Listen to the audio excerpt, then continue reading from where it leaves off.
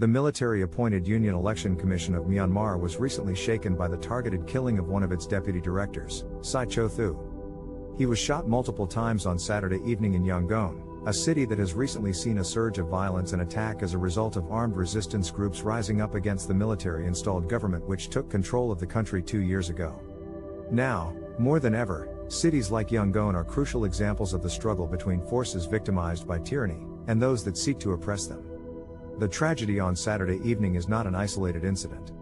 An opposition group calling themselves For the Yangon claimed responsibility for Sai Cho Thu's assassination, saying it was carried out in an effort to avenge the injustice of a fraudulent election. This event is only the latest of many violent acts that have occurred since the military took control in February 2021, sparking a wave of urban guerrilla attacks, bombings, and targeted murders. The November 2021 murder of the former Navy officer and chief financier of Myanmar's military-linked Midal Telecommunications Company, and the April 2022 shooting of then-Deputy Governor of Myanmar's Central Bank, Then Sui, are just two examples. In response to the coup 2 years ago, the democratically elected government of Aung San Suu Kyi was deposed and their plans for a new election, promised by the military, fell back indefinitely.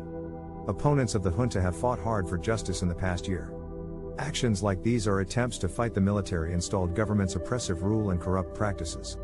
Sai Cho Thu is believed to be the most senior official of the Election Commission to be killed since the coup in 2021.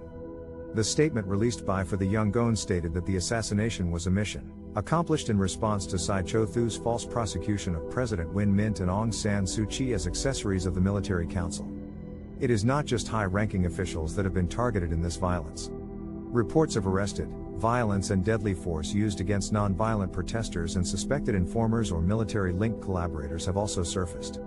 Despite this targeted violence, citizens of Myanmar have courageously continued to fight for justice.